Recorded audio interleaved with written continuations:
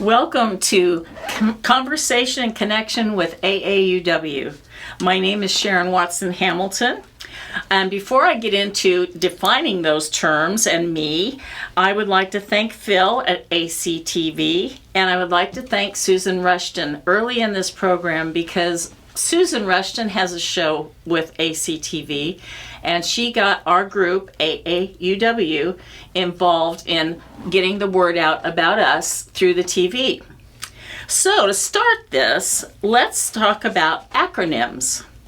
Acronyms are words that are made from initials, and so we all think of AAUW or FBI or ACTV are acronyms. They truly are not. The definition of an acronym implies a word by itself. So an example of one of those would be IKEA. It stands for something in Swedish, I have no idea, but we all know the word IKEA. We don't say IKEA.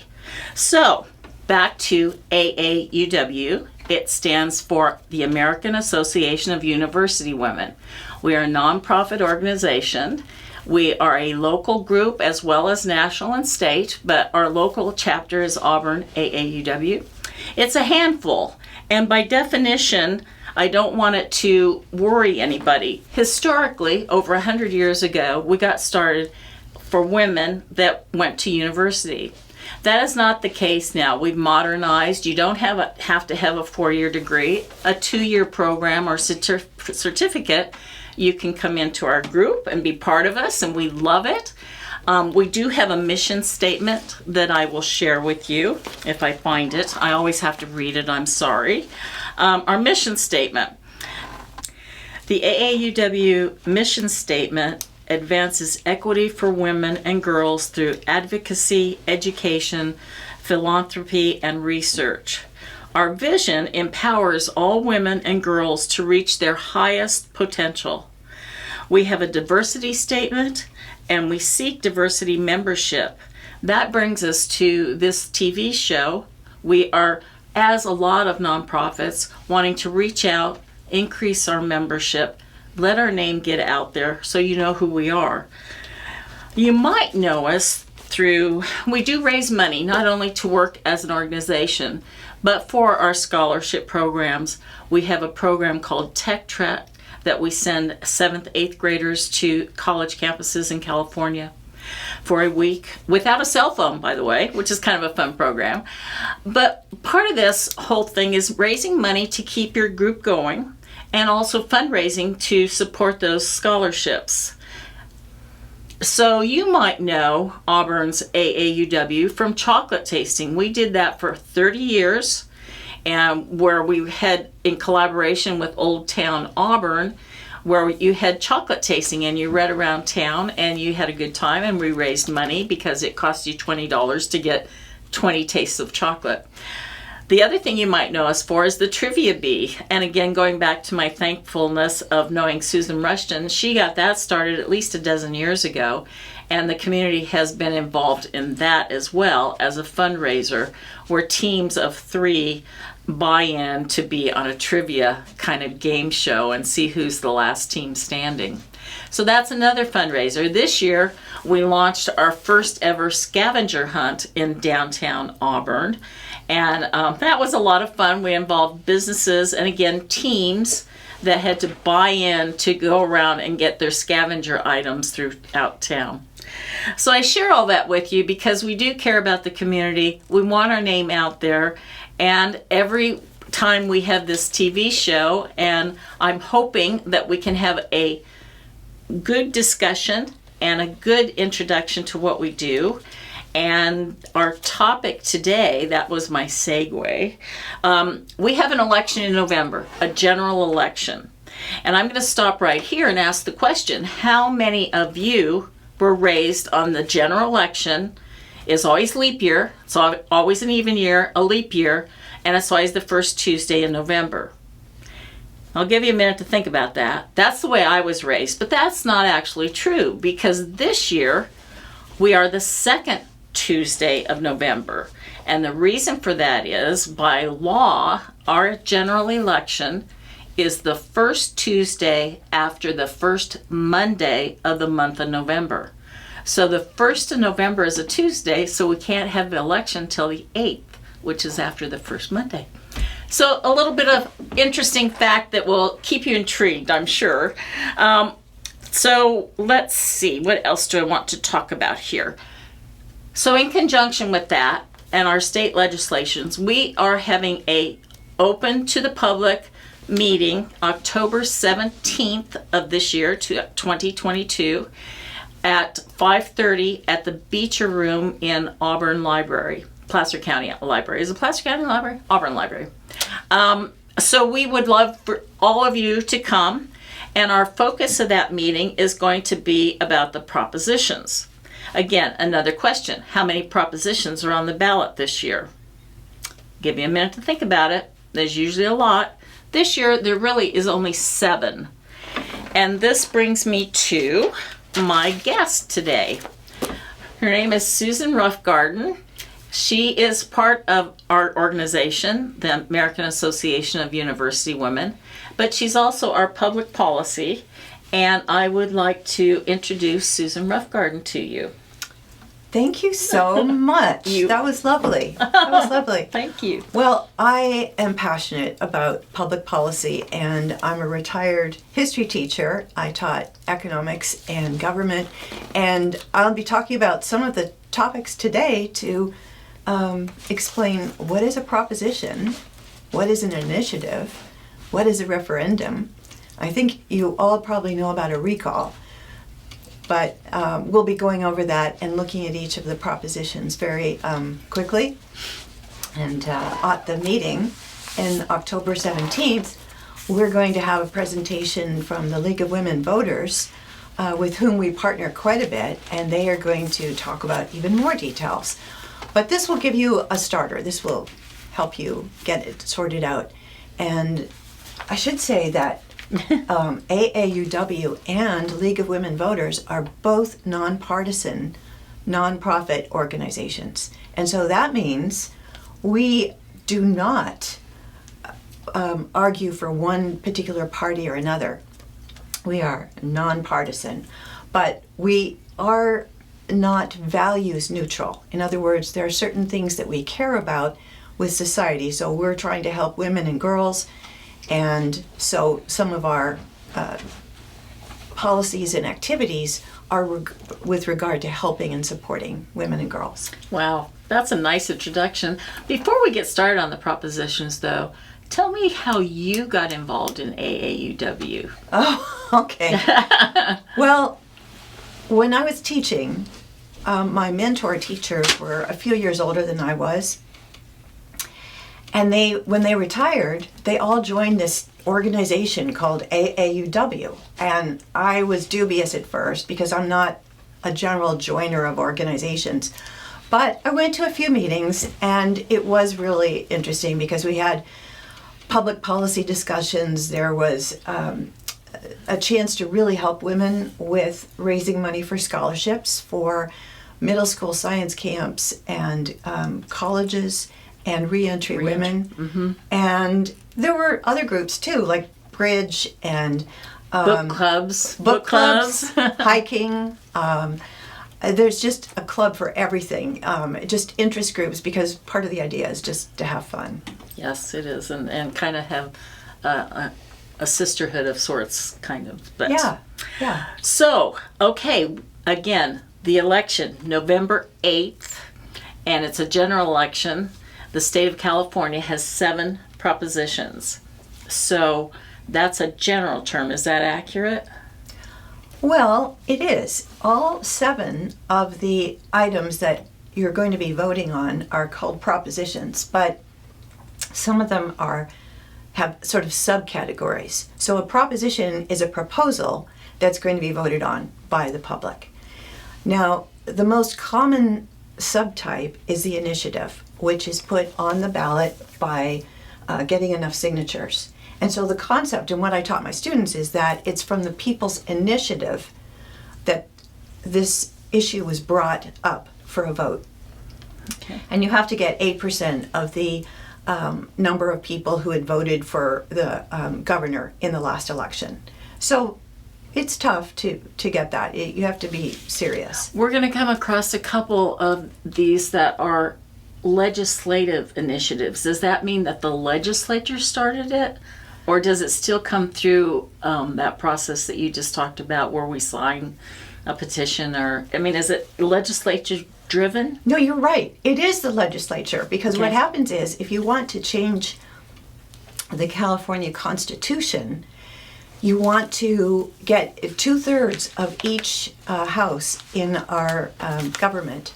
In other words, 2/3 of the people in the Senate, 2/3 of the people in the House have to approve it, and then it has to get ratified by a vote of the population, Okay. of the public. And in this particular case, you're talking about Proposition 1. Yes, I am. Which was easily, overwhelmingly approved by the Senate and Assembly, with a few holdouts, but it easily made that 2/3. So let's go right into that. We'll start in Proposition 1. It's a constitutional right to reproductive freedom, legislative constitutional amendment. So it's more of an amendment than a they want to put it in the Constitution, Right. Right, in our And- state Constitution. Right, and so it's just like the federal Constitution that is set, which is different than a federal law Okay. or a state law. Okay. So it's more powerful. Okay, so we're being asked, let's see if I can get the exact verbiage here. A constitutional right to reproductive freedom, legislative constitutional amendment. And so let's start with, can you, in a few words, what is this asking of us? What is the question of this Proposition 1? Great question. Okay, because abortion and Right to choose. right to choose and access to reproductive preventative types of things, contraceptives, already exists in California. Okay. So it's sort of a no-brainer in that sense. But it was started because in June, the Supreme Court reversed Roe versus Wade, which was a landmark case from 1973 that said that women had a right to an abortion in the first trimester because of their right to privacy. And the actual words privacy are not mentioned in the Constitution, but it's easily intuited, it's easily inferred that it's in the Constitution, that we have a right to be left alone. Okay. And so what happens is the fact that this was overturned was a major change. Yeah. And so, we no longer have that privacy. Is that accurate? well, the way the Supreme Court left it is that it's going to be up to the states to Okay. say whether you can have abortion or not in each state. But because of the writing in the particular agreement that the Supreme Court wrote, there's great concern that people are going to start chipping away at all of the other parts of that, and that pretty soon there might be a federal law against abortion. Okay. So people are concerned, and they want the people of California have decided that they want to go on record as saying that they oppose that decision. It's often called the Dobbs decision, Right. because that decision was the one that was brought up to challenge Roe versus Wade. Okay.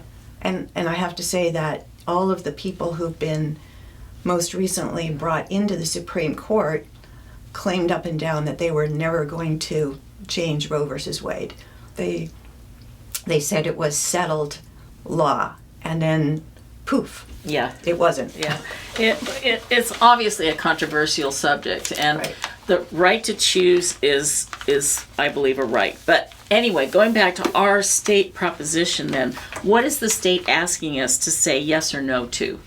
So we either say yes, we want this statement put in our Constitution, State constitution. which Okay. would say abortion is legal in Okay. California. Okay. And reproductive rights. And reproductive rights. Okay. So you have a right to get contraception. Okay. And if you vote against it, it means that you do not want that to be in our Constitution. It's like it is now. California is still fairly safe, but they could change it down the road if you vote no. Is that sort of accurate? Yeah. Okay. You're right. Okay. All right. So, obviously, we're a women's organization and we have thoughts, but anyway, I hope that choice beats not choice. But that's my point. Okay. So, is there anything more on that proposition? Obviously, it's going to be the most controversial, I believe, because it's emotional. So, is that pretty much what we want to close on that one? It is, but I think that it's going to be important as a message. We're sending a message to the rest of the country. We're sending a message to the Supreme Court with how we come out on this. Okay. Is that where I can make a joke about Florida right there? Oh, no, no, I can't. Okay. So, anyway, I'm just trying to add a little levity to a serious concern. And I don't want to take that seriousness by any stretch away from it. So, but that's number one. Shall we go on to number 26? Yes, all right. Let's do it. Proposition 26 and 27, they're a little bit of cousins, so we may talk about them together, but I'll have Susan address that. But 26 is an initiative, constitutional amendment, and statute. So it's like all the big words, like, can't they just whittle it down to one?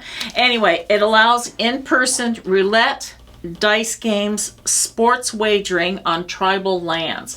On tribal lands, when I started reading this book, that kind of was, is that all it's talking about? Literally, on tribal lands? Is that what this is saying? It also includes racetracks. On 26? Yes. Okay, all right. So, and they're asking us to allow that to happen on tribal lands. Right. So, okay, so my question is a little, maybe I should read more, but if tribal lands are kind of a sovereign state, why is the state involved in making a proposition about this at all? Okay, the history of this is that a lot of states, including California, have tried to limit gambling because it can be easily an addictive type of situation. People can ruin their lives by gambling. They can't control themselves, and it's like a drinker who just cannot control drinking, and it's good to have some limits placed on it. So the other part of the equation is that the Native Americans, the indigenous people here, have suffered terribly, having their land taken away, having their people be decimated in the Indian Wars, and they have been so disadvantaged. They had lack of education, they had lack of a lot of things. Their entire culture was ripped away. So some people came up with the idea of letting Indians operate casinos on their tribal territories. And so California can have a law against gambling, but the tribal lands are sovereign to the tribes. And so that has been allowed. And it's worked really well. They're highly regulated by the federal people, the Department of the Interior. They're regulated by the tribes themselves. They're regulated by state investigators. And it's worked pretty well, and it's helped the Native Americans really improve their schools, their health situation, and their living conditions. So that's how it's existing now, Susan. Right. What is this proposition asking of us? So to expand it? Yeah, to expand it to include racetracks, and also to expand it to using dice and roulette, things like that. So that's not done in the casinos now. Right. Those are done in. Guess I missed that on my last visit. I know. Sorry. Those are done on some private clubs, Gotcha. card clubs. Okay. But they want to expand it. Okay. And the advantage to California is that it would bring in a lot more income to the state of California, because California gets some taxes from this, and they regulate it. It would help the indigenous people as well quite a bit. So horse racing and betting has been around. There's a lot of tracks. But this proposition is asking the tribal or the indigenous people to have some of the money. Is that how To run it. To run it. And also to have the racetracks be legal betting. Okay. So it's sort of been illegal betting Okay. on this. And so the thing is that you have to be in person to do the betting. You have to, in other words, you can't go online in your pajamas. You have to have an ID. So that's to keep young teens from getting into it, because we think that people before the age of 18 may not have the best decision-making practice with gambling. Okay. And this has been a reaction to Proposition 27. Okay, that's the cousin that we'll talk about right now too. Yes. And let me, real quick, that allows online and mobile sports wagering outside tribal lands. The other was inside tribal lands. This is outside tribal lands. It again is an initiative, constitutional amendment, and statute. So it's broadened the scope where now it can be online and not on tribal land. Is that accurate? Correct. Okay. Correct. You can do it online. You Okay. can be in your pajamas. You can be a young teen and just be lying about your age. It would also expand the gambling by a massive amount. And the interesting thing about this proposition is that it was entirely written and paid for by out-of-state interests that want to get into gambling in California, get a share of the California market. And because they could come in California and set up something Right. in the name of a tribal community, but they would take the benefit of it. Is that Yes. kind of how Yes. it could Yes. be set up that way? May not sound that way, but it could go that way. Yes. Is that accurate? It is Okay. accurate. Okay. And the other thing is it would greatly expand what you could gamble on. Like Yes. video games, just you could gamble on almost anything in the world. Right. Right. So the people who are against this are the Native Americans, because they know it would cut into their income, their ability to help with their health care and education and things like that. But it also is opposed by people who want to restrict gambling in the state, because it would make it so easy to start gambling that a casual person might be drawn into it, whereas Right. most of the time they might have enough self-confidence just not to get into it. I just gave Phil a funny face on camera. Oh well, there you go. So we've covered three out of 7, and I really quickly want to get to a couple of the others, but we will be faster about them. 28 is an initiative statute. Now it's an interesting one, as I understand it, and I'll just paraphrase it, and you can piggyback on me. It does not involve more money, thank goodness. It's going to take some money out of the general fund of California to fund arts and music programs more. And there is it's the one time ever in history that I've been reading about it, there's no argument against this one. So I think I can honestly say, let's go for this one, 28. If you do nothing else, vote yes on 28. We're not supposed to say that, but I just did. So, okay, so is there anything you want to add to that one? Only that if you look at who funds a proposition, Yes. and, it's really helpful to know there's nobody funding against it. The people funding it are teachers and teachers unions and a few people who have a lot of experience with education and children, and they think it's going to boost their self-confidence and I think reading ability and things like that. you know, as an organization for women, we think of STEM, which is science, technology, engineering, and math. But we also have STEAM, which adds that A in there for art.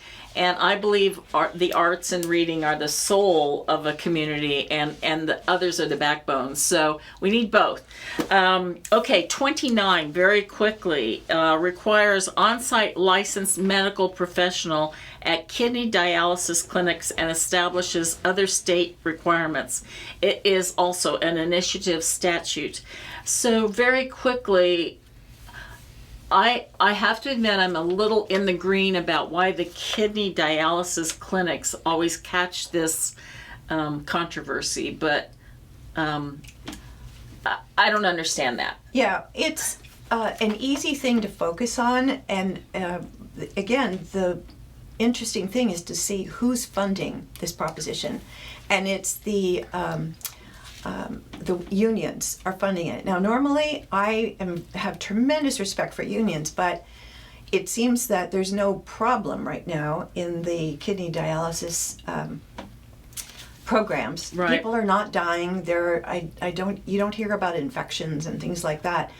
But if you do require that they have other Licenses. additional layer of professional people on staff, then it's going to cost literally hundreds of thousands of dollars a year, because these buildings, Clinics, go for very long hours every day of the week. And right now, the people against it are the people who are on dialysis and the doctors. Because it's in jeopardy of closing clinics. Right. Because of the cost. Okay. Right. So we're down to the last two very quickly. 30 provides funding for programs to reduce air pollution and prevent wildfires by increasing tax on personal income over $2 million. Ooh. Okay, initiative statute. I don't know a lot about this one, but I think it's important. But I don't know. I don't know what to say about it. So. Well, it's going to bring in billions of dollars, billions, like at least $3 billion, maybe as much as $4.5 billion, according to independent, nonpartisan analysis groups. And 45% of the money would go for rebates and other incentives to get electric vehicles. 35% would go for building charging stations throughout the state, and 20% would go for wildfire protection and firefighters. So the only catch is, who does not want an extra tax on their life? Well, if you earn more than $2 million a year, you would have to give up 1.75% of your income. Over that amount. And so that's a small group, but that small group doesn't want to give up a penny. Well, and I honestly don't blame them. As a group, the more people make, they're paying a lion's share of our taxes regardless. I mean, okay, that's my fiscally conservative side. Anyway, but if the monies really go for those things, I'm all in. It's always the distribution after the fact that's a little concerning to me. Yes. Am I off base? No, Okay. I understand your point of view exactly. And the thing about it is that, why should the rich have to pay more? Now, we have a graduated income tax Right. in this country, because we have a feeling that we're kind of all in this together. We're all going to be affected by climate change. Right. And where is this money coming from? And the climate change is happening so fast, so much faster than we ever thought it would. And so we have to do something now. We Yeah. have to do something dramatic. Yes, I that's certainly understood. Real quickly, last one, because this one is kind of near and dear to me, or it should be near and dear to all one. It's a referendum on the 2020 law that would prohibit the retail sale of certain flavored tobacco products. I think this is a direct target against the e-cigarettes, and they're putting flavors in them, and so the younger folks, the younger people find that appealing. And being in radiation therapy all my life and treating cancer patients, I can tell you that the e-cigarettes are as bad, or if not worse, than a regular cigarette. So to entice young people, it seems to me, again, I'm going to show my biases, and I'll ask you to clarify real quickly. I think it would be foolhardy not to pass this, but that's me. I agree with you. Okay. It's designed to stop more young people from getting hooked on these drugs. Yeah. And it's going to just benefit the tobacco companies if it does not pass. Yeah. Anyway, we're about done, I think. Thank you so Thank much for you. having me Oh my here. gosh, we had a It's great been fun. time, and I really encourage people to come on. The discussion will continue on October 17th at the Beecher Room in the library at 5:30 in the evening. We will have light refreshments and continue our discussion via AAUW and League of Women Voters that evening. I am going to leave you with our website so that you can get this video, and we hope that you'll look into our organization more. Our website is auburn-ca.aauw.net. That is our branch website. I encourage all of you to go visit it. You can find out more information. Take good care of yourselves. Thank you.